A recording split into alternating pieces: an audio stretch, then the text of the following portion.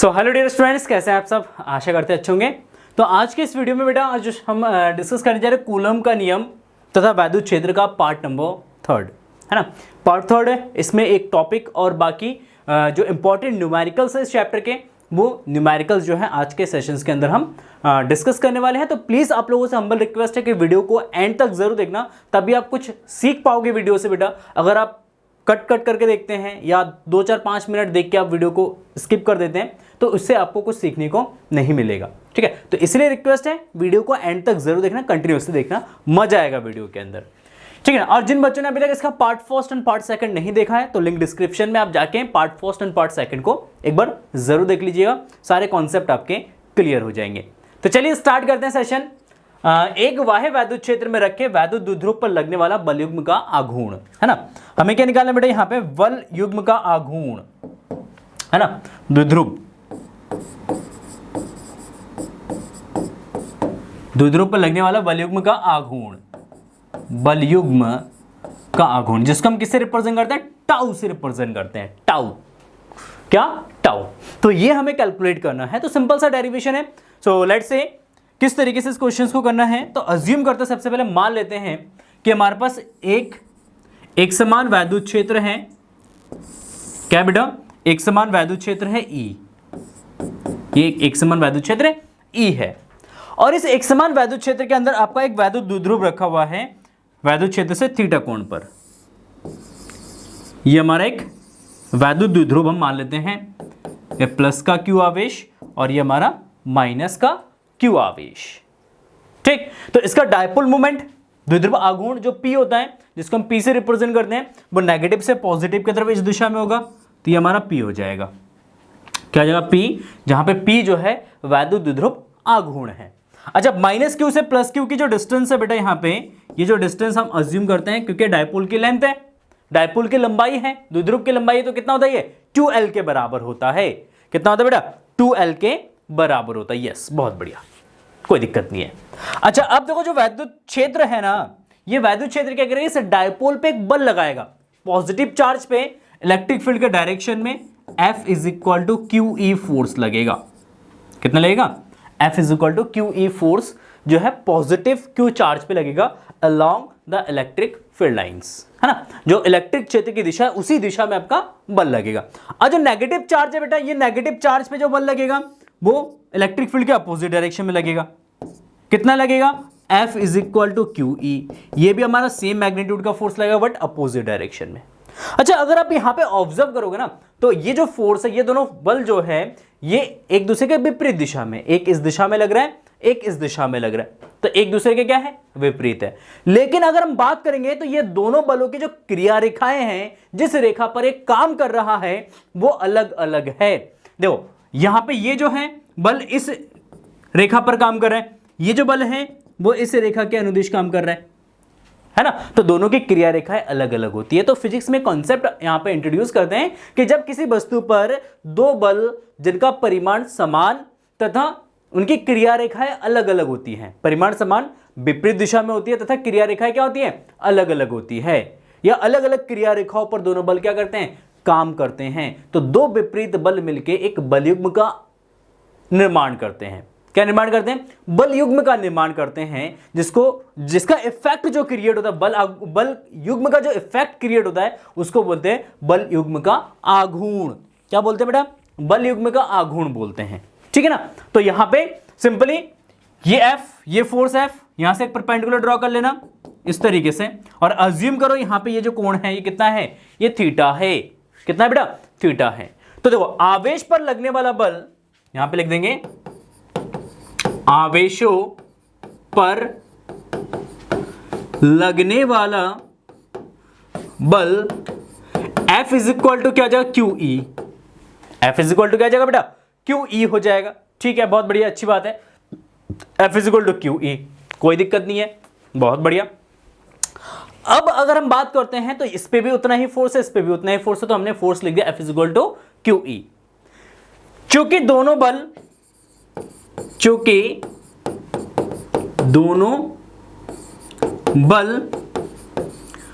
परिमाण में समान तथा दिशा में विपरीत है, दिशा में विपरीत है, इसलिए यह बल, दोनों बल मिलकर एक बलयुग्म का निर्माण करेगी।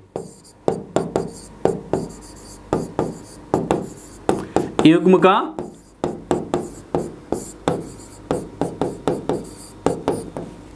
क्या बनाएगा? ये एक बलयुग्म बनाएगा।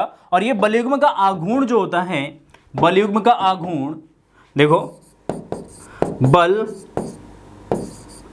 युग्म का आघूर्ण टाउ इज इक्वल टू देखो, बल युग्म का आघूर्ण टाउ से रिप्रेजेंट करते हैं। इसका फॉर्मूला होता है एक बल का परिमाण, एक बल का परिमाण फॉर्मूला होता है, क्लास 11th में हमने पढ़ा है ना। एक बल का परिमाण गुणा दोनों बलों के बीच की लंबवत दूरी। ये जो बल है आपका है, ये इस वाले बल और इस वाले बल के बीच की जो लंबवत दूरी है, इस लंबवत दूरी के गुणनफल को हम बोलते हैं टॉर्क, टाउ। ठीक है ना। तो क्या लिखेंगे?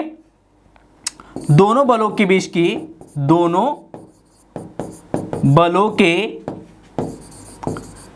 बीच की लंबवत दूरी,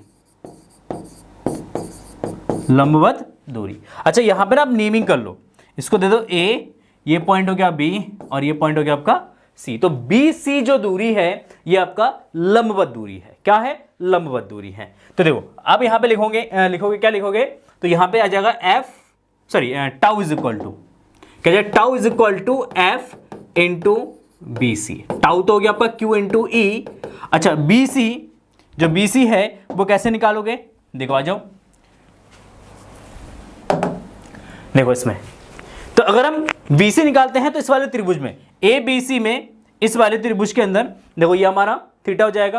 तो ये वाली जो भुजा है ये हमारा लंब हो जाएगा, ये हमारा आधार हो जाएगा और ये हमारा कर्ण हो जाएगा, है ना। लंब और कर्ण में रिलेशन, क्योंकि हमें लंब पता है, कर्ण पता है, 2l लंबाई दूरी दे रखा है, लंब पता है, कर्ण पता है, लंब हमें निकालना है। तो लंब और कर्ण में किसका रिलेशन होता है? साइन का रिलेशन होता है। तो आप यहां पे साइन थीटा का रिलेशन यूज करेंगे।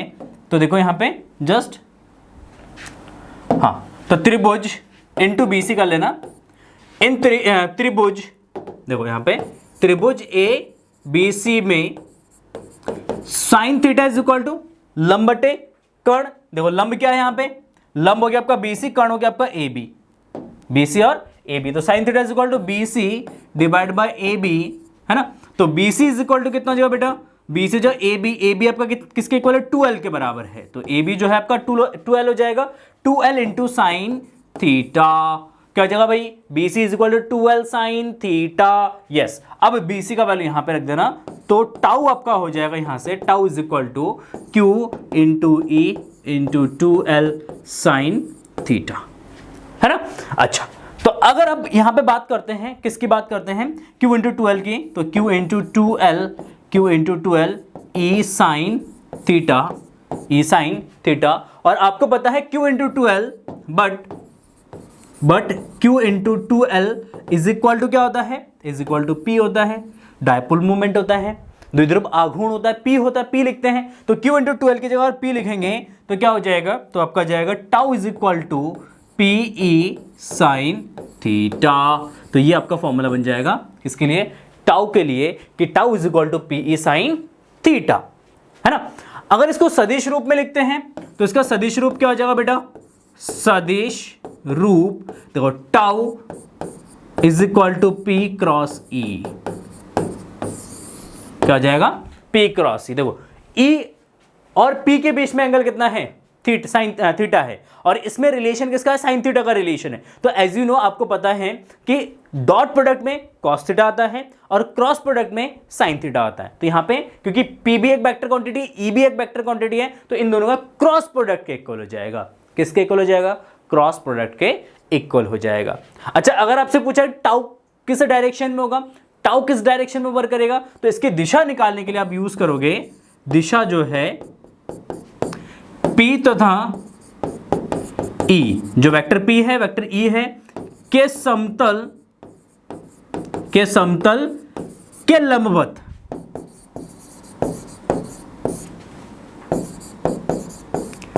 बाहर की ओर, के लंबवत क्या जाएगा बाहर की ओर। और इसको निकालने के लिए इसका नियम जो है, किस नियम के सहायता से आप निकालोगे, तो इसको निकालने के लिए आप यूज करोगे दाएं हाथ का नियम, दाएं हाथ के अंगूठे का नियम। दाएं हाथ के अंगूठे के नियम से, दाएं हाथ के अंगूठे का नियम, दाएं हाथ के अंगूठे का नियम आप यहां पे यूज करोगे। ठीक है, तो इस नियम की सहायता से आप टाउ के डायरेक्शन को निकाल सकते हो। अब कैसे निकालना है चलो आप बता देता हूं मैं आपको, ठीक है ना। देखो लेट्स से अगर आपका P इस डायरेक्शन में है और E आपका इस डायरेक्शन में है, दोनों के बीच में एंगल कितना है, थीटा है। दोनों के बीच में एंगल कितना है, थीटा है। तो दाएं हाथ के अंगूठे का नियम कैसे आप यहां पे अप्लाई करोगे, तो अप्लाई करने का सबसे सिंपल सा तरीका है, आप सबसे पहले अपने राइट हैंड, जो आपका राइट हैंड है, राइट हैंड के जो फिंगर्स है ना, सबसे पहले इसको P के डायरेक्शन में अलाइन करो। P के डायरेक्शन में कर दिया, आप अपने फिंगर्स को E के डायरेक्शन में कर्ल कर दो। इस तरीके से कर्ल करोगे तो ये जो थंब है आपका, अंगूठा जो है, ये अंगूठा रिप्रेजेंट करेगा टाउ के डायरेक्शन को। किसको रिप्रेजेंट करेगा, टाउ के डायरेक्शन को। दोबारा से बताऊंगा, पहले अपने फिंगर्स को क्या करोगे, P के डायरेक्शन में रखोगे और फिर उसको E के डायरेक्शन में क्या करोगे, घुमाओगे। P फिर E के डायरेक्शन में घुमाओगे, इस तरीके से आपको घुमाना है। तो आपका जो अंगूठा है, अंगूठा जो है वो टाउ की दिशा को बताएगा। देखो लेट्स से आपका P इस डायरेक्शन में है, P इस डायरेक्शन में, E आपका इस डायरेक्शन में है, तो टाउ किस डायरेक्शन में, यहां तो लंबवत बाहर की तरफ आ रहा है, लंबवत बाहर की तरफ। अच्छा इस केस में तो आप सबसे पहले अपने फिंगर्स को P के डायरेक्शन, देखो P इस दिशा में है ना, तो इसकी दिशा में अलाइन कर लो। इसकी दिशा में अलाइन कर लिया, अब अपने फिंगर्स को E की दिशा में क्या कर दो, घुमा दो। जब आप घुमाओगे तो अंगूठा कहां दिखा रहा है, अंगूठा अंदर की तरफ है, तो यहां पे टाउ जो है वो क्या जाएगा, लंबवत अंदर की तरफ। तो यहां पे अंदर की तरफ हो जाएगा टाउ, क्रॉस शो कर देंगे, और यहां पे लंबवत बाहर की तरफ हो जाएगा टाउ। ठीक है, तो दाएं हाथ के अंगूठे के नियम से आप टाउ की दिशा को निकाल सकते हो। ठीक है ना, तो दिशा आपसे इतना ज्यादा इंपॉर्टेंट नहीं है, बट फिर भी सीख लो आप कि दिशा कैसे निकाला जाता है। अच्छा आ जाओ, कुछ कंडीशंस, केस डिस्कस करते हैं। केस फर्स्ट देखो क्या है केस, भैया देखो किस पे केस करना है, टाउ पे केस करते हैं। तो टाउ इज इक्वल टू आपका हो गया पी ई साइन थीटा। कितना है बेटा, tau is equal to P E sine theta. Yes, देखो इफ यदि थीटा कितना डिग्री है, 0 डिग्री, तो आपको पता है साइन थीटा के साइन 0 डिग्री कितना होता है, 0 डिग्री। या अगर थीटा आपका 180 डिग्री है तो उस केस में भी साइन 180 डिग्री का वैल्यू कितना होता है बेटा, 0 डिग्री। साइन 180 का मान कितना होता है, 0 होता है। साइन 0 भी 0 होता है, साइन 180 भी 0 होता है। यस, बहुत बढ़िया, गजब, सुंदर, लाजवाब, बेहतरीन। आ जाओ भाई। अच्छा, अगर साइन 0 डिग्री है तो टाउ कितना हो जाएगा यहाँ पे, टाउ यहाँ पे हो जाएगा मिनिमम, टाउ मिनिमम हो जाएगा, मिनिमम टाउ कितना हो जाएगा यहाँ पे, 0 हो जाएगा।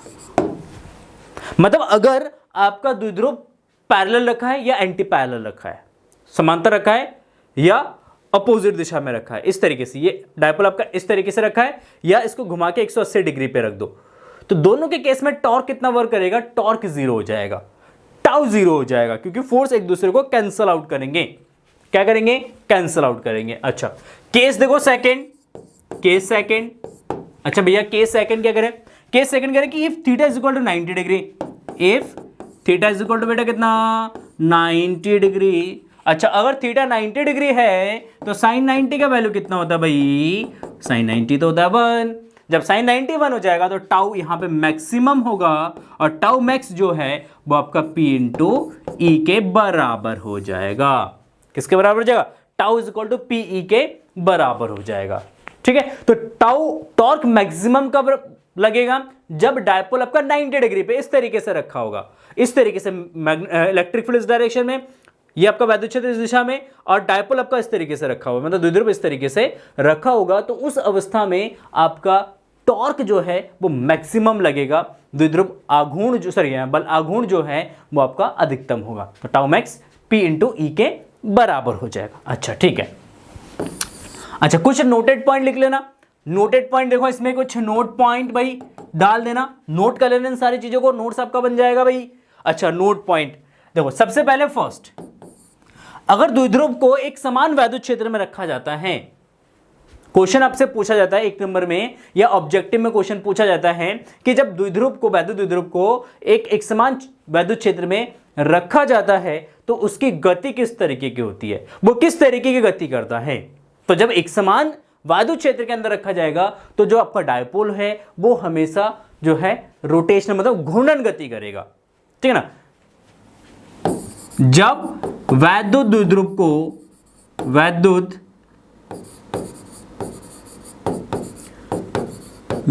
को एक समान वैद्युत क्षेत्र में रखा जाता है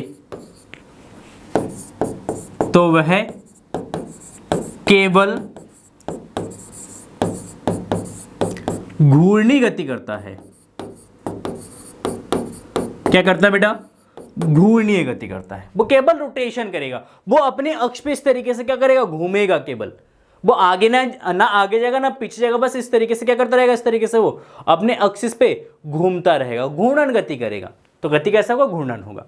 अच्छा अब आप क्वेश्चन पूछ सकते हो कि सर एक बात बताओ कि अगर द्विध्रुव को एक असमान वैद्युत क्षेत्र के अंदर रख दिया जाए, किसमें, एक असमान वैद्युत क्षेत्र के अंदर रख दिया जाए तो उसका गति कैसा होगा, वो किस तरीके की गति करेगा। तो अगर हम एक वैद्युत द्विध्रुव को असमान चुंबकीय क्षेत्र में रखते हैं तो वैद्युत क्षेत्र में, चुंबकीय क्षेत्र निकल जा रहा है, वैद्युत क्षेत्र में, ठीक है ना। जब एक असमान वैद्युत क्षेत्र के अंदर रखा जाएगा तो द्विध्रुव जो है वो घूर्णी गति करेगा और स्थानांतरित गति करेगा, मतलब वो घूमते हुए आगे की तरफ जाएगा। जैसे ये आपका डायपोल है वो इस तरीके से घूमेगा और घूमते हुए कहां जाएगा, ये आगे की तरफ जाएगा।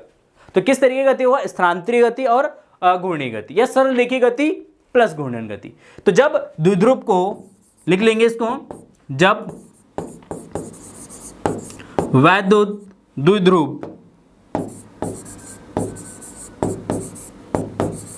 द्विध्रुव को असमान चुंबकीय क्षेत्र में, असमान वैद्युत क्षेत्र में, चुंबकीय क्षेत्र पढ़ा रहा था ना आजकल इसलिए चुंबकीय क्षेत्र आ रहा है बार बार, असमान वैद्युत क्षेत्र में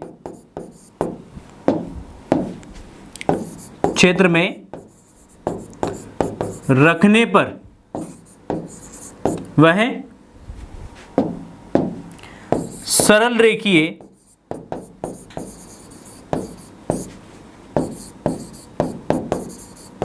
तथा घूर्णीय गति करेगा, ठीक है। क्या गति करेगा, घूर्णीय गति करेगा। तो सरल रेखीय गति करेगा और घूर्णीय गति करेगा। तो कभी कभी 1 मार्क्स में आपका ये भी पूछ लिया जाता है तो उसको भी आप नोट कर लेंगे। तो इसी के साथ इसी टॉपिक को यहीं पे विराम देते हैं, बाकी कुछ न्यूमेरिकल्स हम डिस्कस करते हैं। आ जाते हैं, देखो पहला क्वेश्चन न्यूमेरिकल्स का, ठीक है। सारे फॉर्मूलेज आप देख लेना, एक बार रिवाइज कर लेना, पार्ट फर्स्ट पार्ट सेकंड जरूर देख लेना, सारे कॉन्सेप्ट आपके क्लियर हो जाएंगे। देखो उदाहरण नंबर फर्स्ट, मतलब क्वेश्चन नंबर फर्स्ट क्या कह रहे हैं, एक धातु के टुकड़े से कितने इलेक्ट्रॉन हटाए जाए जिससे कि इस पर 1 × 10⁻⁷ कूलम का धनावेश रह जाए। एक आवेशित चालक में 4000 इलेक्ट्रॉन बाहुल्य है, मतलब अधिक मात्रा में है, तो चालक में उपस्थित कुल आवेश तथा उसकी प्रकृति बताइए। 2 पार्ट में क्वेश्चन है, पार्ट फर्स्ट एंड यहां से पार्ट सेकंड में भी है। तो देखो सबसे पहले सिंपल यहां पे क्वेश्चन, इसका सॉल्यूशन यहां पे करता हूं। देखो पार्ट फर्स्ट का सॉल्यूशन देखो क्या कह रहा है, धातु के टुकड़े से कितने इलेक्ट्रॉन हटाए जाए जिससे कि इस पर Q = 1.0 × 10⁻⁷ कूलम आवेश आ जाए। अच्छा कौन सा नियम यूज करेंगे यहां पे बेटा, तो यहां पे आपका यूज होगा नियम कौन सा, क्वांटम प्रकृति का। क्या, क्वांटम प्रकृति। तो Q = क्या होता है, ±NE। तो यहां से n निकालेंगे तो n = Q/, ये हो जाएगा। तो Q आप लिख दो 10⁻⁷, 1 गुणा में लिखो या ना लिखो फर्क नहीं पड़ेगा, 1.6 × 10⁻⁹ E का वैल्यू आपको यहाँ पे दे रखा है, ठीक है। तो देखो ये आपका जो इसको सॉल्व करेंगे तो पॉइंट हटा देना, 0 हो जाएगा, तो 10/16 इंटू 10⁻⁻7 और प्लस का 19 को ऊपर ले जाएंगे तो प्लस का हो जाएगा बेटा। देखो इसको डिवाइड कर देना 2 से 5/8, 5 से इसको डिवाइड 8 से 5 को डिवाइड कर देना तो 0.625 आएगा, इंटू 10⁻+ का 12, इंटू 10⁻+ प्लस का 12, तो ये आपका जाएगा 6.25 इंटू 10⁻+ का 11। तो मतलब उस चालक में से इतने इलेक्ट्रॉन क्या करने पड़ेंगे, हटाने पड़ेंगे। अगर 6.25 गुणा 10⁻11 इलेक्ट्रॉन को अगर हमने किसी वस्तु में से हटा दिया, मतलब निकाल दिया, तो उस पर इतना आवेश आ जाएगा। ठीक है, तो सिंपल सा क्वेश्चन था। चलो देखो नेक्स्ट क्वेश्चन, देखो इसमें देखो, अब नेक्स्ट क्वेश्चन कह रहे हैं कि एक आवेशित चालक में चार्जर इलेक्ट्रॉन बाहुल्य है। बाहुल्य का मतलब अधिक मात्रा में। जब इलेक्ट्रॉन अधिक मात्रा में होगा तो उसमें ऋण आवेश आएगा। सबसे पहली बात, इलेक्ट्रॉन की अधिकता जो है ऋणात्मक आवेश को शो करता है, इलेक्ट्रॉन की कमी जो है वो आपका धनात्मक आवेश को शो करता है। तो यहाँ पे बाहुल्य है, बहुत अधिक मात्रा में है, तो इसका मतलब ये ऋण आवेश को शो करेगा। तो यहाँ पे n दे रखा है आपका 4000, कितना दे रखा है बेटा 4000। तो आवेश आपको निकालना है, तो आवेश Q इज इक्वल टू जो -NE, माइनस ले लेंगे डायरेक्टली, है ना, क्योंकि इलेक्ट्रॉन की बाहुल्य है तो उसका मतलब ऋणात्मक आवेश आएगा, तो माइनस आवेश आएगा, तो -4000 गुणा 1.6 गुणा 10⁻⁻19, तो ये आपका जाएगा माइनस का 1.6 की 4 से मल्टीप्लाई 16×64, तो माइनस का 6.4 इंटू 10⁻⁻19, और ये 3 0 को ऐड करेंगे यहाँ पे तो +3 हो जाएगा। पावर माइनस कर दोगे बेटा तो ये आपका जब -6.4 इंटू 10⁻⁻13, तो ये आपका आंसर हो जाएगा। तो -6.4 इंटू 10⁻⁻13 ये आपका आंसर हो जाएगा। That is the correct answer. ठीक है, तो ये हो गया, तो इसको आप नोट कर सकते हो। क्लियर है? यस। आ जाओ नेक्स्ट क्वेश्चन में, इतना कूलम हो जाएगा, हाँ कूलम लिख देना आगे। देखो क्वेश्चन नंबर सेकंड क्या कह रहे हैं, हाइड्रोजन परमाणु में इलेक्ट्रॉन तथा प्रोटॉन के बीच की दूरी 5.3 गुणा 10⁻11 मीटर है। इनके बीच वैद्युत आकर्षण बल का परिकलन कीजिए। इस बल की गुरुत्वाकर्षण बल से तुलना कीजिए। G बराबर दे रखा है 6.7 इंटू 10⁻11 मीटर kg, ठीक ना, इनवर्स पर सेकेंड इनवर्स, है ना, सेकेंड की पावर -2 है। आवेश इलेक्ट्रॉन का द्रव्यमान 9.1 इंटू 10⁻31 kg, और प्रोटॉन का द्रव्यमान आपका 1.7 इंटू 10⁻27 kg, और इलेक्ट्रॉन पर आवेश आपका इतना दे रखा है। तो सबसे पहले पे वैद्युत बल निकालना है, फिर गुरुत्वाकर्षण बल निकालना है, फिर दोनों के आपस में तुलना करना है, फिर दोनों के आपस में क्या करेंगे, तुलना करेंगे। ठीक है, यस। तो देखो, तो जस्ट हाइड्रोजन परमाणु में इलेक्ट्रॉन तथा प्रोटॉन के बीच की दूरी दे रखा है आपका, देखो दे रखा है, यहाँ पे सॉल्व करूंगे, इसको सॉल्व करो तो R इज इक्वल टू आपको कितना देगा 5.3 इंटू 10⁻11 मीटर, है ना। इनके बीच वैद्युत बल की परिकल्पना कीजिए। तो वैद्युत बल देखो F इज इक्वल टू क्या जाएगा 1/4 pi epsilon not Q1 Q2 bye R², क्या R², है ना। Q1 Q2 क्या है, Q1 इलेक्ट्रॉन पे आवेश है, Q2 प्रोटॉन पे आवेश है। दोनों पे आवेश का परिमाण क्या होता है, समान होता है। तो यहाँ पे force F is equal to आपका हो जाएगा बेटा 1/4 पाई एप्सिलॉन, इसका वैल्यू 9 इंटू 10⁻9 हो जाएगा। क्या जाएगा 9 इंटू 10⁻9। यस, बहुत बढ़िया बहुत बढ़िया। अच्छा Q कितना जाएगा, Q1 1.6 into 10⁻⁻19 into 1.6 into 10⁻⁻19 divide by 5.3 into 10⁻11 का स्क्वायर देखो। अब इसको सॉल्व आउट करो, इसको क्या करो बेटा, सॉल्व करो। देखो कितना आ रहा है, देखो 9 इंटू 1.6 की मल्टीप्लाई 256 हो जाएगा, तो 2.56 हो जाएगा, डिवाइड बाय 5.3 इंटू 5.3, ठीक है ना, इंटू 10 देखो कितना जाएगा, प्लस का 9 माइनस का 19 देखो माइनस का 11×22 माइनस का 22, इसको ऊपर ले जाएंगे तो प्लस का 22 हो जाएगा। अब इसको कैलकुलेट करो। इसको कैलकुलेट करने के लिए हम कैलकुलेटर यूज कर लेते हैं बेटा, क्योंकि टाइम वेस्ट होगा, नहीं तो फिर मैं ऐसे करूंगा तो बाकी आप लोग ऑर्डिनरी जैसे मल्टीप्लाई करते हैं वैसे कर लेना। मैं यहाँ पे कैलकुलेटर यूज कर लेता हूँ, ठीक है। देखो 9 इंटू 2.56, ठीक है, डिवाइडेड बाय 5.3 डिवाइड बाय 5.3, तो ये आपका आ जाएगा करीब बेटा ये आएगा 0.82 इंटू 10 टू द पावर, देखो कितना, इसमें से इसको माइनस कर देना, माइनस का 10 इंटू माइनस का 10 माइनस का 19, तो माइनस का 29 में से 22 माइनस कर देना तो माइनस का 7 आ जाएगा, तो माइनस का 7 न्यूटन। मतलब एक इलेक्ट्रॉन और एक प्रोटॉन के बीच में जो फोर्स लग रहा है वो कितना लग रहा है, वो आपका लग रहा है 0.82 इंटू 10 टू द पावर 7। तो आप इसको चाहो तो इसको लिख सकते हैं 8.2 into 10 to the power minus का 8 न्यूटन, है ना। इसको ऐसे भी लिख सकते हैं, इतना न्यूटन बल जो है एक इलेक्ट्रॉन और एक प्रोटॉन के बीच में लग रहा है। ओके ठीक है, बहुत बढ़िया बहुत बढ़िया। अच्छा देखो, अब यहां पे गुरुत्वाकर्षण बल भी पूछा है। अच्छा, गुरुत्वाकर्षण बल का फॉर्मूला क्या होता है, न्यूटन्स का अगर गुरुत्वाकर्षण नियम अगर आप देखेंगे तो न्यूटन्स का गुरुत्वाकर्षण नियम के अकॉर्डिंग जो बल होता है गुरुत्वाकर्षण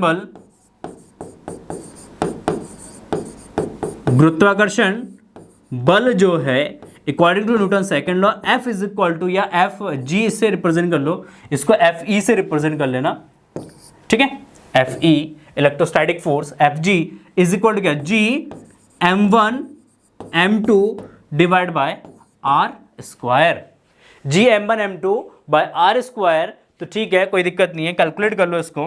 देखो जी का वैल्यू कितना है भाई, देने का 6.7 into 10 to the power minus का 11 into m1 mass of electron, m1 mass of electron ले लेते हैं, m2 मास ऑफ प्रोटॉन ले लेते हैं, एक इलेक्ट्रॉन का द्रव्यमान दूसरा प्रोटॉन का द्रव्यमान। अच्छा, इलेक्ट्रॉन का द्रव्यमान कितना है, यह आएगा 9.1 गुणा 10 की घात माइनस का 31 गुणा 1.7 गुणा, देखो इसका द्रव्यमान है 1.7 गुणा 10 की घात माइनस का 27 डिवाइड बाय माइनस का 27 डिवाइड बाय आर, दूरी उतना ही है 5.3 into 10 to the power minus का 11 into 5.3 into 10 to the power minus का 11, स्क्वायर है तो दो बार लिख लेंगे। देखो 10 टू द पावर 11 से 10 टू द पावर 11 माइनस 11 ये कैंसिल आउट हो जाएगा, ये तो जाए कैंसिल, जो बचेगा उसको लिख दो, क्या बचेगा, देखो 6.7 इंटू 9.1 इंटू 1.7, तो आप इसको लिख देते हैं, देखो क्या 6.7 into 9.1 into 1.7 divide by 5.3 into 5.3 into 10 to the power, देखो कितना बचेगा, 10 टू दी पावर में आ जाओ, 10 की पावर में आ जाओ। देखो यहाँ पे बचेगा माइनस का 31 और माइनस का 27 और 11 ऊपर जाएगा तो प्लस का हो जाएगा, तो माइनस का 31 माइनस का 27 और प्लस का 11 अब इसका भी कैलकुलेटर से ही कर लेते हैं, टाइम बच जाएगा हमारा। तो ये आपका जाएगा 6.7 इंटू 9.1 इंटू आपका 1.7 हो जाएगा, तो ये आपका जाएगा 103.65 डिवाइड बाय 5.3 इंटू 5.3, तो ये आपका जाएगा 28.09, ठीक ना। इससे डिवाइड कर दो 103.65 डिवाइडेड बाय 28.09, तो ये आपका जाएगा 3.6 है 9, ठीक है, अप्रॉक्स में आ जाएगा। और यहाँ पे इसको पावर घटा देना, तो इंटू 10 टू दी पावर, देखो कितना, माइनस का 31 प्लस का 11, 31 में से 11 घटा दोगे तो कितना बचेगा बेटा, 20 बचेगा, 20 और 7 ऐड कर देना, तो ये माइनस का 20 और 7 47, तो गुणा 10 की घात माइनस का 47 न्यूटन, ये एफ जी हो गया। अगर दोनों की तुलना करते हैं तो दोनों की तुलना करने के लिए दोनों को क्या कर दो बेटा, डिवाइड कर दो, तो यहाँ पे लिख देना F E divide by F G is equal to, देखो एफ ई कितना आया था, एफ ई का वैल्यू देखो ये 8.2 into 10 to the power minus का 8, तो 8.2, तो ये आपका जो 8.2 into 10 to the power minus का कितना 8 माइनस का 8 डिवाइडेड बाय ये आपका 3.69 into 10 to the power minus का 47। देखो 8.2 को डिवाइड कर दो 3.69 से, 8. तो देखो यहां पे इससे इसको डिवाइड करोगे तो आएगा आपका 2.22 into 10 to the power minus का 8 प्लस का 47 में से इसको माइनस कर देना, तो 2.22 into 10 to the power minus का 39 हो जाएगा। तो अप्रोक्स आप इसको लिख सकते हैं 10 टू द पावर माइनस का 40। अगर इस 2 को इधर उठा के ले जाना, या आप इसको लिख दो अप्रोक्स जो है आप यहाँ पे approx 10 to the power minus का प्लस का 39। मतलब जो Fe जो फोर्स है, इलेक्ट्रोस्टैटिक जो फोर्स है, वो आपका ग्रेविटेशनल फोर्स से करीब प्लस 39 टाइम्स जो है F की पावर 10 की पावर 39 टाइम्स जो है वो ग्रेटर होगा। इसका मतलब in nature electrostatic force gravitational force के कंपैरिजन में बहुत ज़्यादा स्ट्रॉन्गर होता है, बहुत खतरनाक फोर्स होता है एज कंपेयर देन ग्रेविटेशनल, है ना। आ जाओ, देखो बहुत ही सुंदर सा, बहुत ही प्यारा सा क्वेश्चन है। देखो क्वेश्चन है उदाहरण नंबर 3, दो प्रोटॉनों के बीच की दूरी की गणना कीजिए यदि उनके बीच का प्रतिकर्षण बल एक प्रोटॉन के भार के बराबर हो और प्रोटॉन का द्रव्यमान mp is equal to 1.67 into 10 to the power minus का 27 kg और g is equal to 9.8 newton पर kg है। देखो कह रहे कि दो प्रोटॉनों के बीच की दूरी ज्ञात कीजिए। दो प्रोटॉनों के बीच की हमें क्या करना है, दूरी। देखो दो प्रोटॉन्स ये रखे हैं, एक प्रोटॉन आपका यहां पे रखा है जिसपे Q1 आवेश है, या ऐसे लिख लो इसको, एक प्रोटॉन आपका यहां पे है और एक दूसरा प्रोटॉन आपका यहां पे है। इनकी बीच की दूरी आपको ज्ञात करना है। क्या करें, कह रहे कि इनके बीच का जो प्रतिकर्षण बल है वो एक प्रोटॉन के भार के बराबर है। मतलब इन दोनों के बीच में जो बल लग रहा है, ये बल जो है एक प्रोटॉन के भार के बराबर है, तो आपको दूरी ज्ञात करना है। तो देखो दो प्रोटॉनों के बीच बल, दो प्रोटॉनों के बीच बल, कौन सा बल भाई, वैद्युत बल। कितना, F is equal to K E into E by R square, तो K E square by R square. E जो है वो एक प्रोटॉन पे आवेश की मात्रा है, E 1.6 into 10 to the power minus का 19। अच्छा, अकॉर्डिंग टू क्वेश्चन क्या कह रहे हैं बेटा, कह रहे कि जो फोर्स F है वो इसके भार के बराबर है, mg के बराबर है। तो यहाँ पे F is equal to K E square by R square is equal to mg। तो सिंपली आपका यहाँ से आर स्क्वायर अगर निकालोगे इधर मल्टीप्लाई mg इसके डिवाइड में जाएगा, तो K E square bye mg। अच्छा, अब यहाँ पे ना वैल्यू रख के इसको सॉल्व कर दो। क्या करो, वैल्यू रखो यहाँ पे और इसको सॉल्व करो। ठीक है, देखो R square is equal to K E square. अच्छा, के का वैल्यू कितना, 9 into 10 to the power 9 into E 1.6 into 10 to the power minus का 19 का स्क्वायर डिवाइड बाय m कितना भाई, 1.67 into 10 to the power minus का 27 इंटू 9.8। जी का value कितना जाएगा, 9.8 हो जाएगा। ठीक है, देखो इसको सॉल्व करो। देखो 9 गुणा 10 की घात 9 गुणा 1.6 का स्क्वायर, तो ये 2.56 हो जाएगा। 256 होता है ना, 16 का स्क्वायर, तो 2.56 हो जाएगा into 10 to the power minus का 38 divide by 1.67 into 9.8 into 10 to the power minus का 27। देखो अगेन यहाँ पे मैं कैलकुलेटर यूज़ करना पड़ेगा क्योंकि कैलकुलेशन बहुत ज़्यादा है, तो थोड़ा सा यहाँ पे कैलकुलेटर यूज़ करेंगे तो हमारा टाइम बच जाएगा और कुछ नहीं। टाइम बचाने के लिए हम कैलकुलेटर यूज़ कर ले रहे हैं यहाँ पे। तो आएगा देखो 2.56 इंटू 9 करेंगे तो आएगा 23.04 डिवाइड बाय 1.67 इंटू 9.8 इंटू 9.8, तो ये आपका 16.37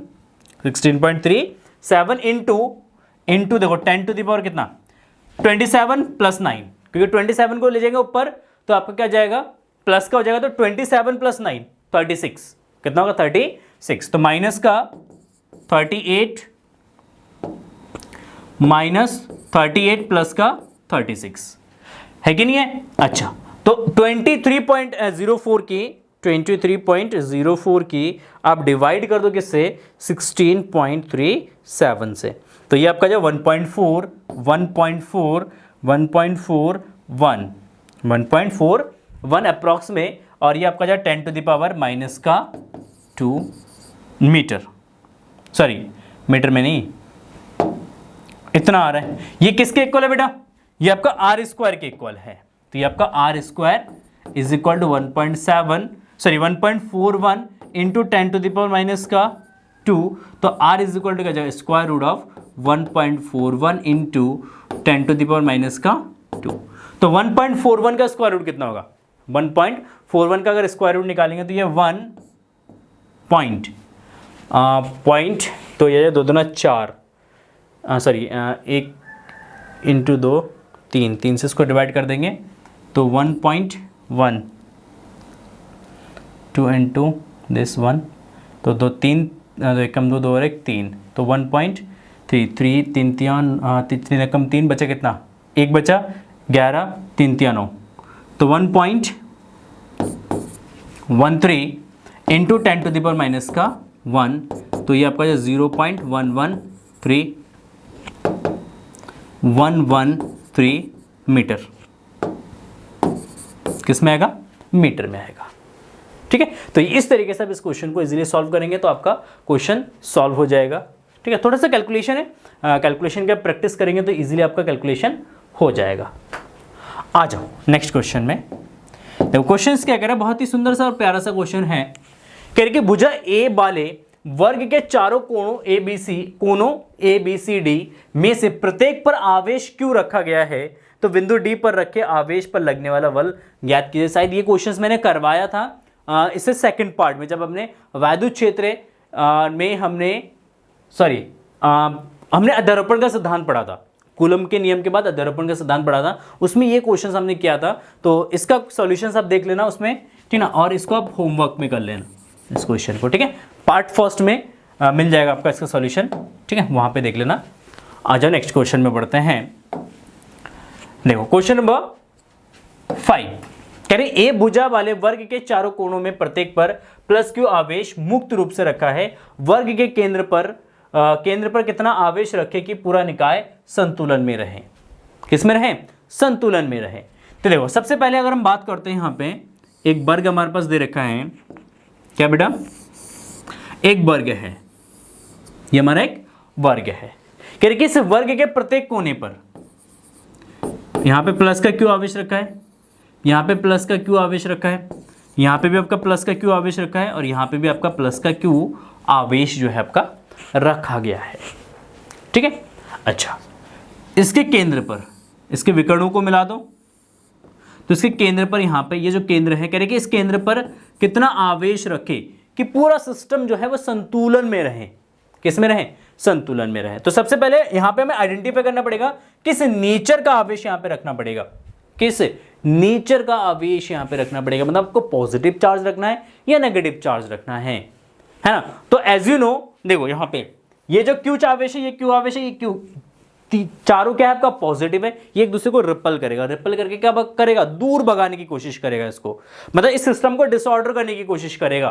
तो इसका मतलब इसके सेंटर पे एक ऐसा आवेश रखना है जो इसको खींच के रखे अपनी तरफ, मतलब ये एक दूसरे को दूर भगाने की कोशिश कर रहा है, और सेंटर पे जो आवेश रखेंगे वो क्या करेगा, वो उसको खींच के रखने की कोशिश करेगा ताकि सिस्टम अपने अपने पोजीशंस पे बना रहे। तो इसका मतलब इन नेचर यहाँ पे आपको एक नेगेटिव आवेश जो है आपको रखना पड़ेगा, एक माइनस का क्यू आवेश यहाँ पे आपको रखना पड़ेगा, माइनस का क्यू नॉट आवेश जो है आप इसके सेंटर पे रखेंगे। तो सबसे पहले नेचर तो पता चल गया कि ऋणात्मक आवेश होना चाहिए। क्यों ऋणात्मक आवेश होना चाहिए, क्योंकि ये जितने भी पॉजिटिव चार्जेस है ये एक दूसरे को रिपल करेंगे, एक दूसरे को प्रतिकर्षित करेंगे, दूर भगाने की कोशिश करेंगे और भगा भी देंगे वो दूर। फिर वहां से खींच के लाने के लिए आपको एक ऋणात्मक आवेश चाहिए, क्योंकि ऋणात्मक आवेश उसको क्या करेगा, पुल करेगा, खींचेगा, आकर्षित करेगा उसको। तो यहाँ पे इन नेचर आवेश आपका क्या होना चाहिए, नेगेटिव होना चाहिए, ऋणात्मक होना चाहिए। अच्छा कितना मैग्नीट्यूड का होगा वो निकालना है, वो निकालना थोड़ा सा टास्क होगा हमारे लिए। देखो कैसे, तो लेट्स से ये जो इसके नेमिंग कर देते हैं A B C D O, ठीक है, A B C D O. अच्छा देखो अब यहां पे ये चार्ज यहां पे तभी संतुलन में रहेगा, ये जो बी पे चार्ज है ये तभी संतुलन में रहेगा जब इस पे जो लगने वाला बल है बाहर की दिशा में और अंदर की दिशा में बराबर होने चाहिए, या इन बिंदु आवेशों पर लगने वाला जो बल है वो शून्य होना चाहिए, जीरो होना चाहिए। अगर शून्य है तभी ये सिस्टम जो है आपका इक्विलिब्रियम में रहेगा। ठीक है, देखो सबसे पहले ये जो पॉजिटिव चार्ज इसको रिपेल करेगा किस दिशा में, इस दिशा में, किस फोर्स से, एफ फोर्स से या F1 फोर्स से। अच्छा ये जो आवेश है ये इस पे इस डायरेक्शन में फोर्स लगाएगा, कितना, F2 लगाएगा कि नहीं लगाएगा, बिल्कुल लगाएगा। अच्छा ये जो पॉजिटिव चार्ज है ये इस पे फोर्स लगाएगा किस दिशा में, इस दिशा में लगाएगा, कितना F3 लगाएगा भाई, कितना F3 फोर्स लगाएगा।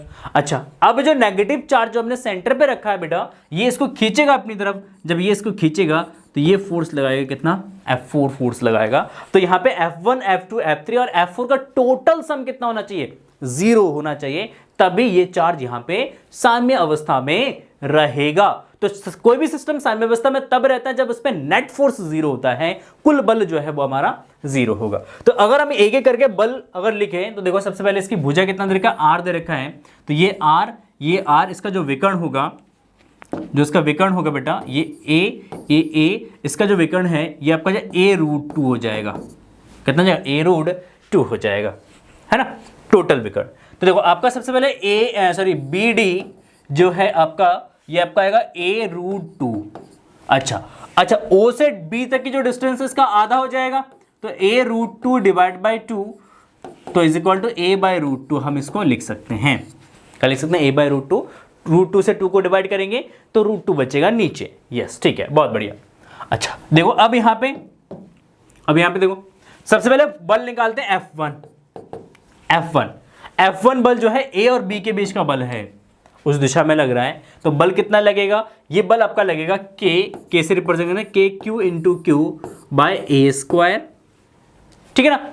अच्छा, F2 फोर्स B और C के बीच का बल है, तो ये F2, तो F2 आपका हो जाएगा कितना बेटा, ये हो जाएगा KQ into Q by A², क्योंकि डिस्टेंस आपका A है दोनों के बीच का, ठीक है, कोई दिक्कत नहीं है। F2 equal to KQ bye A² जो Q into Q by A², ठीक है, कोई दिक्कत नहीं है। अच्छा, B और D के बीच में कितना बल लग रहा है, F3, तो F3 फोर्स कितना हो जाएगा आपका, KQ इंटू क्यू बाय क्या A√2 का स्क्वायर, तो आपका जाएगा KQ into Q by A² या 2A² लिख दो, इसको क्या लिख दो, 2A का स्क्वायर। अच्छा, अब देखो यहाँ पे F1 और F2, जो F1 बल है और F2 बल है एक दूसरे से क्या है, लंबवत है, तो सबसे पहले F1 और F2 का रिजल्टेंट निकालते हैं। F1 और F2 का क्या निकालते हैं, रिजल्टेंट निकालते हैं। तो देखो सबसे पहले F1 तथा फोर्स F1 तथा F2 का परिणामी बल कितना होगा भाई, परिणामी बल जब 90 डिग्री, दो वेक्टर जब क्या होता है 90 डिग्री पे होते हैं, तो उसका परिणामी सदिश क्या होता है, R is equal to √A² plus B², यही तो होता है। तो यहां पे आप लिखेंगे इन दोनों का परिणामी बल F dash is equal to, यह जो आपका √ऑफ F1 का स्क्वायर प्लस F2 का स्क्वायर। अब F1 और F2 को अगर देखोगे, गौर से देखो, इसको बहुत ही गौर से देखो, तो दोनों का परिमाण बराबर है। देखो Q into Q divide by A², KQ into Q by A²। तो यहां पे आप लिख सकते हैं कि F1 बराबर कितना है भाई, F2 है। F1 का मैग्नीट्यूड और F2 का मैग्नीट्यूड क्या है बेटा, बराबर है, तो आप यहाँ पे F1 इज इक्वल टू क्या शो कर सकते हो, आप F2 शो कर सकते हो। यहाँ पे अगर F1 F2 शो कर दोगे तो ये आपका हो जाएगा √ऑफ F1 का स्क्वायर प्लस F2 का स्क्वायर, सॉरी F1 का स्क्वायर, F2 की जगह क्या रख देंगे F1, तो F1 का स्क्वायर दोनों को ऐड करेंगे तो 2F1 का स्क्वायर रूट, तो ये जगह √2F1 क्या जगह, √2F1 और F1 का वैल्यू यहां से रख देना, तो ये आपका जाएगा simply √2KQ into Q by A², Q into A का स्क्वायर, ठीक है। तो इतना बल हो जाएगा F', और F' किस दिशा में होगा, F' आपका इस दिशा में होगा, इसी दिशा में आपका F' भी वर्क करेगा, F' भी आपका क्या करेगा, वर्क करेगा। अब F' एंड F3 जो है आपका क्या है, F' एंड F3 सेम दिशा में है, तो इसको आपस में क्या कर देंगे, जोड़ देंगे। तो यहां पे B आवेश पर नेट बल कितना जाएगा, तो ये F इज इक्वल टू कितना जाए, F' प्लस F3। F' और F3 को आपस में क्या कर देंगे, जोड़ देंगे, तो F' कितना है, √2KQ² divide by A² plus F3 देखो बेटा यहां पे कितना आ रहा है, F3 देखो, इसमें F3 आपका जाएगा KQ², इसको लिख दो क्यू स्क्वायर बाय 2a²। तो k Q square by 2a², यहाँ पे इसको रिप्लेस कर देना, वैल्यू सेपरेट कर देना, तो k Q square divide by 2a का स्क्वायर। कॉमन क्या आ रहा है, तो k Q square by a² आपका कॉमन आ जाएगा, यहाँ पे आपका √2 प्लस का 1/2 न्यूटन। अच्छा, अब आ जाओ सेकंड पार्ट में क्वेश्चन के। सेकंड पार्ट में किसके बीच में, q तथा -q' के बीच बल। देखो q n minus q not, q not के बीच में कितना बल लगेगा, तो ये बल जो लगेगा आपका, ये F5 ले लो, F5 is equal to k q into Q naught by, देखो क्यू नॉट और क्यू के बीच का जो डिस्टेंस है यहां से यहां तक, ये जो डिस्टेंस है OB, और OB किसके बराबर है, OB बराबर है a/√2 के बराबर है। किसके बराबर बेटा, a/√2 के बराबर है। तो O से B तक का जो डिस्टेंस है ये आपका a/√2 हो जाएगा। तो यहां पे आप a/√2 रख देना, तो इसकी जगह a/√2 का स्क्वायर, तो आपका जाएगा k Q naught by a²/2, 2 multiply में चला जाएगा, तो 2k Q naught by a² हो जाएगा। क्या जाएगा, 2k Q naught by a² आ जाएगा आपका F5। अच्छा, क्योंकि अब सिस्टम इक्विलिब्रियम में है, किसमें बेटा, सिस्टम इक्विलिब्रियम में, मतलब साम्य अवस्था में है। देखो यहां पे क्या कह रहा है कि चारों 4 बिंदु आवेश पर रखे गए हैं वर्ग के केंद्र पर। अच्छा वो चलेगा, हाँ इसमें रखे गए हैं, तो पूरा निकाय संतुलन में रहे, मतलब साम्य अवस्था में रहे। तो संतुलन में तब रहेगा जब नेट फोर्स 0 होगा। इसका मतलब इस दिशा में जितना बल लग रहा है उतना ही बल इसके विपरीत दिशा में भी लगना चाहिए। मतलब इन तीनों का जो नेट है, F1 F2 और F3 का जो नेट फोर्स है, इन तीनों का जो नेट फोर्स है वो नेट फोर्स इस फोर्स के बराबर होना चाहिए। तो अगर संतुलन में है तो इधर कितना फोर्स लग रहा है, F4 लग रहा है, F5 लग रहा है, F4 लग रहा है ना, यहाँ पे F5 से रिप्रेजेंट क्या है, इसका F4 ले लेना, F4 ले लेना। तो F4 जो है वो किसके बराबर होगा, वो F के बराबर होगा, तब जाके निकाय हमारा संतुलन की अवस्था में रहेगा। तो लिखो संतुलन की अवस्था में, संतुलन की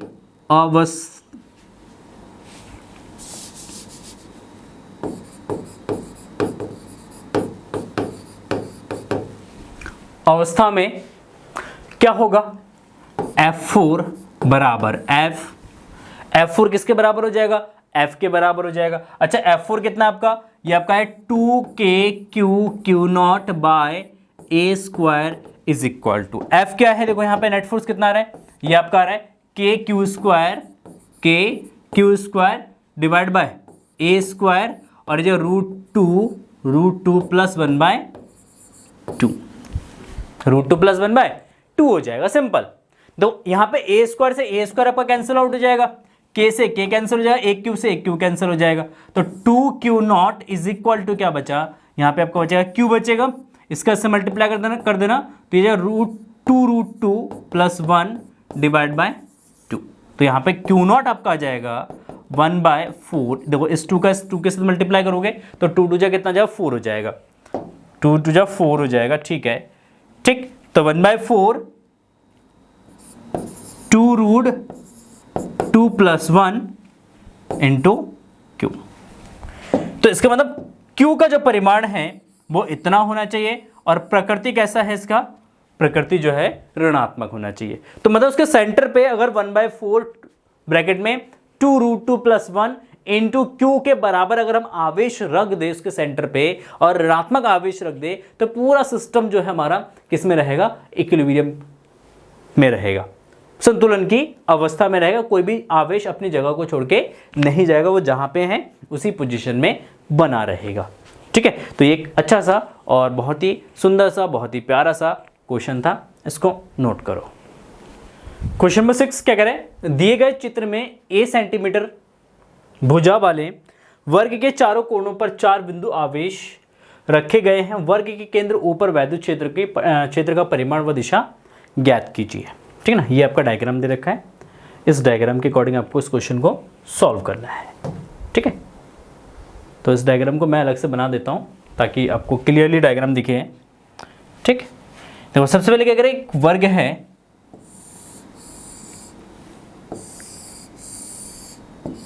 एक वर्ग है, यहां पे आपका माइनस का 2q आवेश है, यहां पे आपका प्लस का q आवेश है, यहां पे आपका माइनस का q आवेश है और यहां पे प्लस का 2q का आवेश है। कह रहे कि इसके केंद्र पर, इसके केंद्र पर कितना वैद्युत क्षेत्र है वो ज्ञात कीजिए। तो इसके विकर्णों को मिला दो। सबसे पहले क्या कर दो, इसके विकर्ण को मिला दो। तो ये जो माइनस का 2q आवेश है, माइनस का 2q, तो इसके लिए वैद्युत क्षेत्र किस दिशा में, इस दिशा में। इसको नेम देता है ए बी सी और इसको नेम दे देते हैं डी। ठीक है ना। तो इसके लिए जो बल होगा, बल किस दिशा में लगेगा, इस दिशा में, कितना, एफ ए। अच्छा, इस प्लस क्यू आवेश के कारण जो बल नहीं, सॉरी, वैद्युत क्षेत्र ई है ना, तो इसके लिए पॉजिटिव चार्ज के लिए इलेक्ट्रिक फील्ड कहा जाएगा इसके बाहर, इस दिशा में ई बी। अच्छा, ये नेगेटिव है तो इसके लिए वैद्युत क्षेत्र इस दिशा में जाएगा तो ई सी हो जाएगा, और ये आपका पॉजिटिव चार्ज, इसके लिए वैद्युत क्षेत्र इस दिशा में हो जाएगा, तो ये आपका जाएगा ई डी। कितना जाएगा, ई डी। ठीक है, देखो तो सबसे पहले ई ए, ई बी और ई सी, ई डी आप देख लो सबसे पहले कितना आ रहा है, इसकी बात कर लेते हैं। तो भुजा कितना दे रखा है, ए दे रखा है, तो ये आपका ए, भुजा ए, तो ये भी ए और ए। सेंटर से ओ तक की जो डिस्टेंस है, क्या कह रहा हूं, सेंटर से मतलब कोनों से, केंद्र से जो इसके वर्टेक्सेस दे रखा है, कोनों तक की जो डिस्टेंस है, कोनों तक की जो डिस्टेंस है वो कितना हो जाएगा, देखो पूरा इसका विकर्ण जो होगा, विकर्ण V D A C is equal to B D is equal to कितना, a√2 होता है। तो इसका half O B is equal to O C is equal to O D is equal to O A, इसका आधा हो जाएगा, और इसको r कंसीडर कर लो, और r जो है यहाँ पर a√2 डिवाइड बाय 2 हो जाएगा। तो r का वैल्यू a√2 डिवाइड बाय 2 हो जाएगा। इसको r कंसीडर कर लेते हैं हम अभी, क्योंकि r लेके सॉल्व करने में थोड़ा सा इजी रहेगा। r r r और ये r, ठीक है। देखो ई ए इलेक्ट्रिक फील्ड कितना जाएगा, ये जो k का मतलब यहाँ पे 1/4 पाई एप्सिलॉन नॉट है। k का मतलब क्या, 1/4 पाई एप्सिलॉन नॉट है, ये याद रखना बेटा, ठीक है। तो यहाँ पे ई ए is equal to K, E A is equal to के, क्यू कितना है 2q डिवाइड बाय आर का स्क्वायर, डिवाइड बाय आर का स्क्वायर, ठीक है ना। ओ से ए की तरफ डायरेक्शन मैंने यहां पे दिखा रखा, ओ से ए की तरफ आपका काम करेगा। अच्छा, ओ से यहां पे ये जो आपका पॉजिटिव चार्ज है बी पे, इसके कारण जो वैद्युत क्षेत्र होगा ई बी, तो यहां पे कॉमा डाल के लिखना, E B is equal to कितना हो जाएगा बेटा, के क्यू बाय आर स्क्वायर, क्योंकि इस पे आवेश कितना है, क्यू आवेश है, तो कितना वैद्युत क्षेत्र बनाएगा ये, के क्यू बाय ए स्क्वायर। अच्छा, ई बी निकल गया। अच्छा, ई सी निकालो, देखो ई सी इज इक्वल टू कितना होगा, ई सी इज इक्वल टू, ई से सी की दिशा में होगा, नेगेटिव आवेश है, ऋणात्मक आवेश है, तो इसका वैद्युत क्षेत्र जो के क्यू बाय आर स्क्वायर। दिशा जो है यहाँ पे नेगेटिव साइड का इंडिकेट करा है, नेगेटिव साइड यहाँ पे केवल इसकी दिशा को बताया कि दिशा जो है ये अंदर की तरफ होगा, ठीक है, कोई दिक्कत नहीं है, कोई दिक्कत नहीं है। अच्छा, ई डी कितना जाएगा, ई डी देखो, E D is equal to आपका सिंपल, ये आपका के ई डी, डी पे कितना आवेश है, 2q आवेश है, तो के 2q bye R square, clear है। अच्छा, अब यहां पे देखना, ई ए और ई सी एक दूसरे के अपोजिट दिशा में है, ई बी और ई डी जो है एक दूसरे के अपोजिट दिशा में। तो सबसे पहले आप ई ए और ई सी का परिमाण निकालो, ठीक ना, मतलब इसका रिजल्टेंट निकालो। इसके अलावा ई बी और ई डी का रिजल्टेंट निकालो, मतलब परिणामी निकालो। तो सबसे पहले यहां पे लिख देना ई ए तथा ई सी का परिणामी वैद्युत क्षेत्र, परिणामी वैद्युत क्षेत्र क्या हो जाएगा, इसको E1 से रिप्रेजेंट कर लेना। E1 इज इक्वल टू, देखो बड़े में से छोटे को माइनस करेंगे, इन दोनों में ई ए और ई सी में से देखो कौन सा बड़ा है, ई ए और ई सी में से देखो ये 2q है, ये q है, ये बड़ा है, तो ई ए में से क्या करेंगे, ई सी को हम माइनस कर देंगे। तो ई ए आपका कितना है 2k/q by R square minus k/q by R square. तो माइनस करोगे तो बेटा ये आपका k/q बाय आर स्क्वायर हो जाएगा, मतलब 2 में से 1 घटा दोगे तो आपका 1 बचेगा। ठीक है, अब ई डी और ई बी का परिणाम ही निकालो, इन दोनों का परिणाम ही निकालो। देखो कितना आएगा इन दोनों का परिणाम ही, तो यहां पे ई बी तथा ई डी का परिणामी वैद्युत क्षेत्र है, ठीक ना। ई बी तथा ई डी का परिणामी वैद्युत क्षेत्र कितना होगा, दोनों का परिणामी वैद्युत क्षेत्र कितना होगा, E2 इज इक्वल टू, बड़े में से छोटे को माइनस करेंगे भाई। देखो बड़ा कौन सा है, छोटा कौन सा है, बड़ा कौन सा है, छोटा कौन सा भाई। देखो EB और ED इन दोनों में देखो ED 2Q है, ये Q है, तो ED में से EB को माइनस कर देंगे। तो यहाँ पे बड़ा जो है ED है, तो ED में से क्या करेंगे, ED में से हम EB को माइनस कर देंगे। तो यह 2KQ by R square minus KQ by R square, तो माइनस करोगे तो KQ बाय आर स्क्वायर हो जाएगा। अच्छा ये किसकी दिशा में होगा, कमेंट सेक्शन में आप लिख सकते हो, ये किस दिशा में काम करेगा भाई, ये किस दिशा में काम करेगा, तो इसकी दिशा होगा ED की दिशा में। किसकी दिशा में, ED की दिशा में। अच्छा इससे पहले वाला जो बल हमने निकाला है ये किस दिशा में, सॉरी वैद्युत क्षेत्र है जो हमने निकाला, ये किस दिशा में काम करेगा, ये किस दिशा में काम करेगा, ये EA की दिशा में काम करेगा। किसकी दिशा में, EA की दिशा में काम करेगा। अच्छा भैया ऐसा है क्या, यस हाँ ऐसा है। देखो इन दोनों का जो परिणामी बनेगा वो एक इस दिशा में काम कर रहा है, एक इस दिशा में काम कर रहा है, तो इन दोनों का परिणामी कहाँ जाएगा, देखो यहाँ पे मैं बना देता हूं ED और EA की दिशा में आ जाएगा, ये आपका E1 और ये आपका E2। अच्छा आपको ये पता है कि जो आपका वर्ग है, वर्ग का जो विकर्ण है वो एक दूसरे को 90 अंश पर काटते हैं। कितने अंश पे काटते हैं, 90 अंश पे काटते हैं। तो यहाँ पे एंगल कितना बनेगा बेटा, ये 90 अंश का बनेगा। जब 90 अंश का बनेगा तो E1 और E2 का जब परिणामी होगा, E1 और E2 का, चूंकि दोनों का परिणाम बराबर है तो इसके मिड से जाएगा कहीं, यहां से इसके बीच में से कहीं जाएगा, इस तरीके से ये आपका परिणामी वैद्युत क्षेत्र हो जाएगा E। तो परिणामी वैद्युत क्षेत्र निकालने के लिए हम क्या करेंगे, E1 और E2 का परिणामी निकालेंगे, क्योंकि दोनों के बीच में एंगल 90 डिग्री है, तो E जो है आपका root of E1 plus E2 के इक्वल हो जाएगा। आपने क्लास 11 में वेक्टर्स में पढ़ा है कि जब दो सदिश एक दूसरे से 90 डिग्री पर होते हैं तो उसका परिणामी R बराबर होता है root of A square plus B square. तो यहाँ पे E1 तथा E2 का परिणामी वैद्युत क्षेत्र, देखो परिणामी वैद्युत क्षेत्र कितना होगा, सिंपल इसमें तो इसका परिणामी वैद्युत क्षेत्र हो जाएगा E इज इक्वल टू बेटा, E इज इक्वल टू आपका जाएगा रूट ऑफ E1 का स्क्वायर प्लस E2 का स्क्वायर। अगर आप देखोगे तो दोनों का परिणाम आपस में बराबर है। E2 का वैल्यू भी KQ बाय आर स्क्वायर आ रहा है, देखो इसको भी देखो E1 का वैल्यू देखो KQ बाय आर स्क्वायर आ रहा है, क्या आ रहा है। अच्छा दोनों का परिणाम सेम है, दोनों का परिमाण सेम है, तो आप यहां पे दिखा सकते हो कि E1 इज इक्वल टू कितना, E2। E1 और E2 आपस में क्या है भाई, बराबर है, तो आप यहां पे लिख सकते हो रूट ऑफ E1 का स्क्वायर प्लस E1 का स्क्वायर। जब इसको आप सॉल्व करोगे तो जाएगा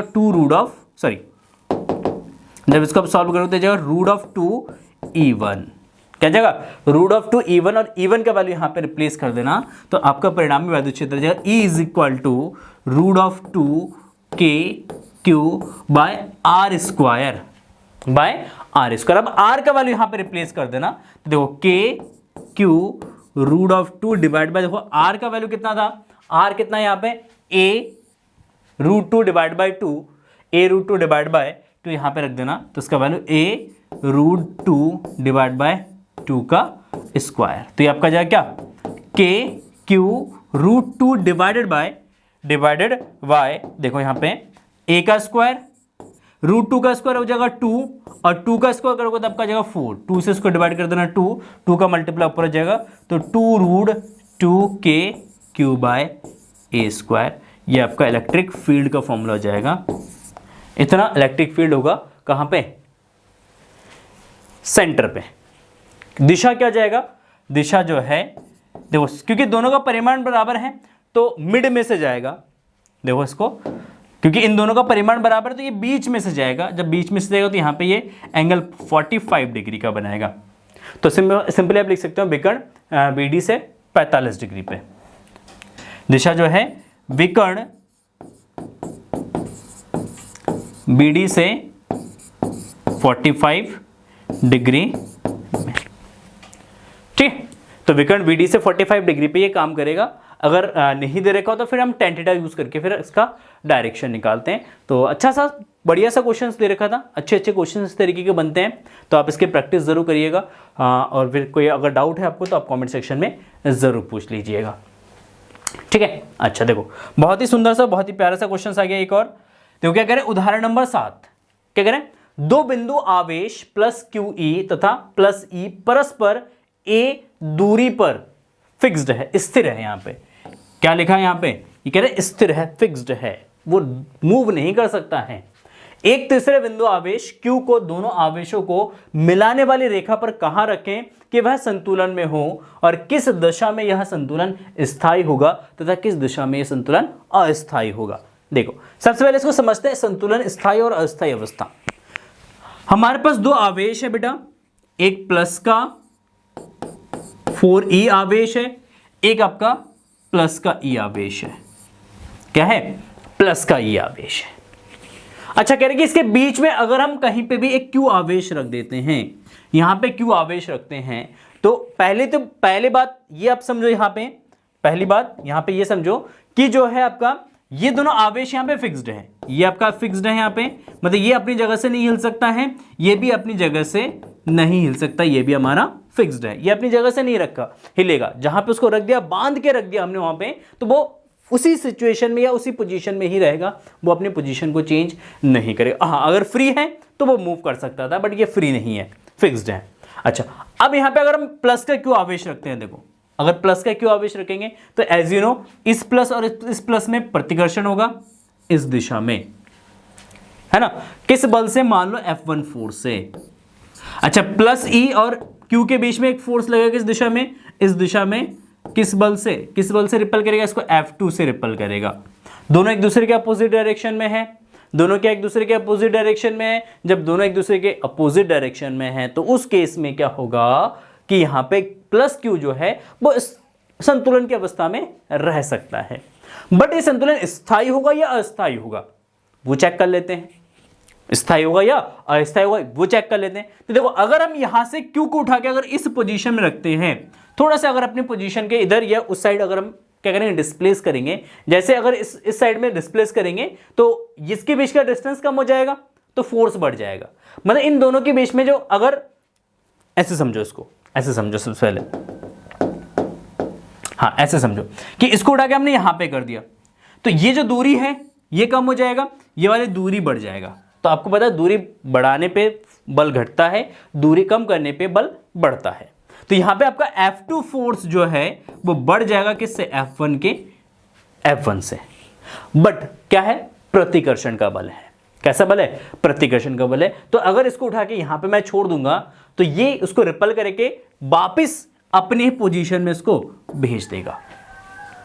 अगर मैं इसको उठा के यहां पे रख देता हूं, इस पोजीशन में रख देता हूं, तो अब ये वाली दूरी कम कर दिया हमने, तो F1 फोर्स ज्यादा हो जाएगा किससे, F2 से। जब F1 फोर्स ज्यादा होगा, क्योंकि फोर्स यहां पे क्या है, रिपल्शन है, रिपेल कर रहे हैं। जब रिपल्सिव फोर्स है तो ये उठा के Q प्लस 4E जो है उठा के इसको फिर कहां वापस कर देगा, अपने पोजीशन में वापस कर देगा। तो मतलब यहां पे जो संतुलन है वो क्या है, स्थायी संतुलन है। स्थायी संतुलन इसलिए है क्योंकि जब हम प्लस Q आवेश को अपने पोजीशन से, मतलब उसके पोजीशन से जब हम क्या करते हैं, डिस्प्लेस करते हैं, हटाते हैं, तो वापस हटा के कहीं दूसरे साइड रखते हैं तो वापस वो अपनी पोजीशन में आ जाता है, वापस घूम फिर के वो अपने पोजीशन में आ जा रहा है, अपनी स्थिति में आ जा रहा है। तो इसमें यहां पे संतुलन क्या है, स्थायी संतुलन है। तो अगर हम प्लस का Q आवेश लेंगे तो संतुलन कैसा होगा बेटा, स्थायी संतुलन होगा। कैसा संतुलन होगा, स्थायी संतुलन होगा। अच्छा ठीक है, बहुत बढ़िया। अच्छा देखो अब यहां पे आ जाओ भाई, ये प्लस का 4Q प्लस 4e, प्लस का 4e, यहां पे जो आवेश है वो प्लस का e है। कितना है भाई? प्लस का e है। यहां पे हमने क्यों आवेश रखा है भाई? क्या रखते हैं हमने यहां पे? क्यों आवेश रख दिया बेटा? ओके ठीक है। अच्छा, ये इसके बीच में, अब ये नेगेटिव है, मान लो क्या है? नेगेटिव फोर्स है। सॉरी, ये नेगेटिव फोर्स करो, नेगेटिव आवेश है, ऋणात्मक आवेश है भैया। क्या है? ऋणात्मक आवेश। अब इस पॉजिटिव और इस नेगेटिव में क्या होगा? अट्रैक्शन। ये इसको अट्रैक्ट करेगा किस बल से? F1 फोर्स से। अच्छा, ये प्लस E और माइनस Q, इसके बीच में अट्रैक्शन हुआ किस दिशा में? इस दिशा में। कितना भैया? F2 से।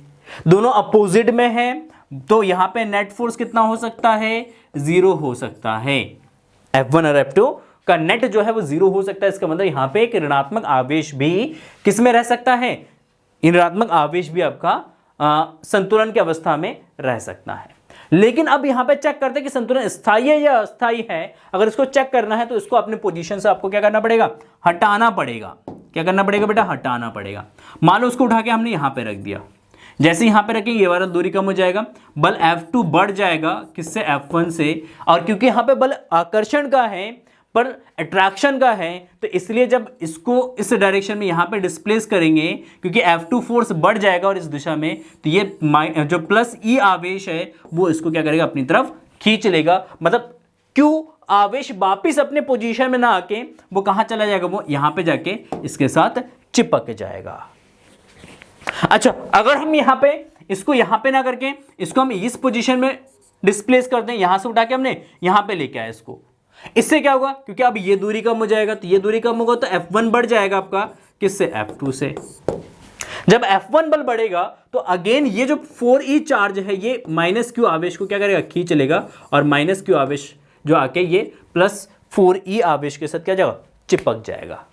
तो इसका मतलब ये वापस से नहीं आ रहा है अपनी पोजीशन में। जब वापस अपने पोजीशन में नहीं आ रहा है तो यहां पे जो संतुलन है ये क्या है भाई? ये अस्थायी संतुलन है, अनस्टेबल इक्विलिब्रियम है।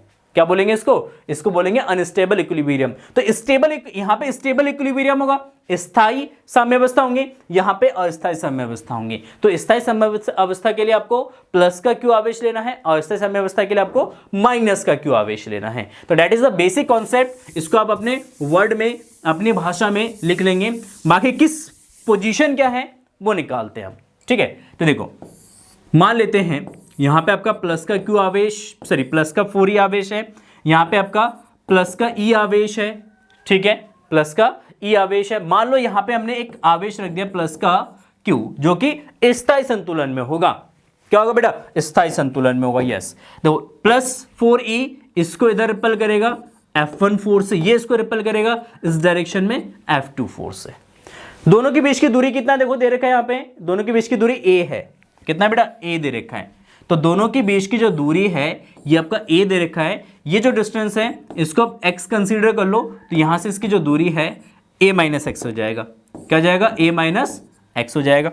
सिंपल सी बात है कि अगर यहां से इसकी दूरी अगर x लेते हैं तो यहां से इसकी दूरी क्या हो जाएगा? आपका a माइनस एक्स हो जाएगा। बहुत बढ़िया, सुंदर, गजब, लाजवाब, बेहतरीन। अच्छा भाई, अब क्योंकि यहां पे ये संतुलन की अवस्था में बेटा, तो इस पे नेट फोर्स कितना होगा? 0 होगा। चूंकि लिख देंगे, चूंकि Q संतुलन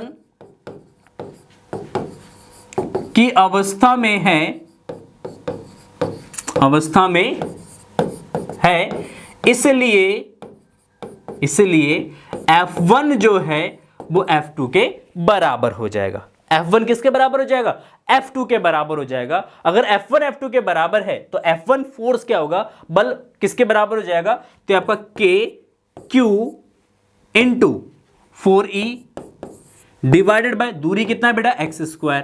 तो ये आपका दूरी x स्क्वायर हो जाएगा, इज इक्वल टू इन दोनों के बीच की दूरी कितना है? a minus x. इस पे आवेश Q, इस पे आवेश प्लस E, तो K into Q into E divide by a minus X का स्क्वायर हो जाएगा। ठीक है, तो देखो Q से Q कैंसिल, आपका K से K कैंसिल, Q से Q कैंसिल हो जाएगा, E से E कैंसिल हो जाएगा, E से E कैंसिल हो जाएगा। तो क्या हो जाएगा? यह जो आपका 4/x square is equal to 1/a minus X का स्क्वायर। तो अब इसको लिख सकते हो यहां पे देखो 2/x का whole square is equal to, इसको आप लिख सकते हो a बाय 1/a-x का होल स्क्वायर, आप इसको लिख सकते हो इस तरीके से, ठीक है। तो स्क्वायर से स्क्वायर आपका कैंसिल, क्रॉस मल्टीप्लाई कर देना, इसका इससे मल्टीप्लाई जाएगा तो 2a-x, x का 1 के साथ करोगे तो x हो जाएगा। अच्छा 2a माइनस का 2x is equal to x, इसको उठा के इधर पटक देना, तो 2a is equal to 2x plus x, आपका 3x हो जाएगा। देखो माइनस का 2x है, उधर ले जाओगे तो प्लस का हो जाएगा, तो 2x प्लस x ऐड कर दोगे कितना आएगा, 3x हो जाएगा, ठीक है। तो x इज इक्वल टू आपका हो जाएगा 2/3a इकाई।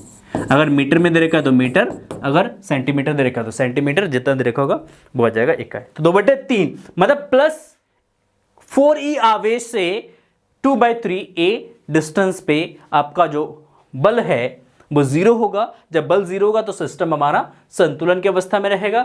स्थायी संतुलन के लिए प्लस क्यू आवेश होना चाहिए, अस्थायी संतुलन के लिए माइनस क्यू आवेश होना चाहिए, ठीक है। हाँ, कहाँ रखना है तो वो हमने लोकेशंस इसका निकाल दिया है। तो बहुत ही सिंपल सा सुंदर सा क्वेश्चन है। आई होप आपको ये क्वेश्चन समझ में आ गया होगा, ठीक है। तो बाकी के क्वेश्चन जो है नेक्स्ट वीडियो में हम डिस्कस करते हैं। तो आई होप आप लोगों को ये सेशंस बहुत पसंद आया होगा, मज़ा आया होगा इस सेशंस के अंदर। अगर आप लोगों ने बहुत ज़्यादा एंजॉय किया तो प्लीज़ वीडियो को लाइक कर देना, अपने दोस्तों के साथ शेयर ज़रूर करना। फिर मिलते हैं ऐसी एक इंटरेस्टिंग एंड जानकारीपूर्ण वीडियो के साथ, तब तक के लिए जय हिंद, जय भारत।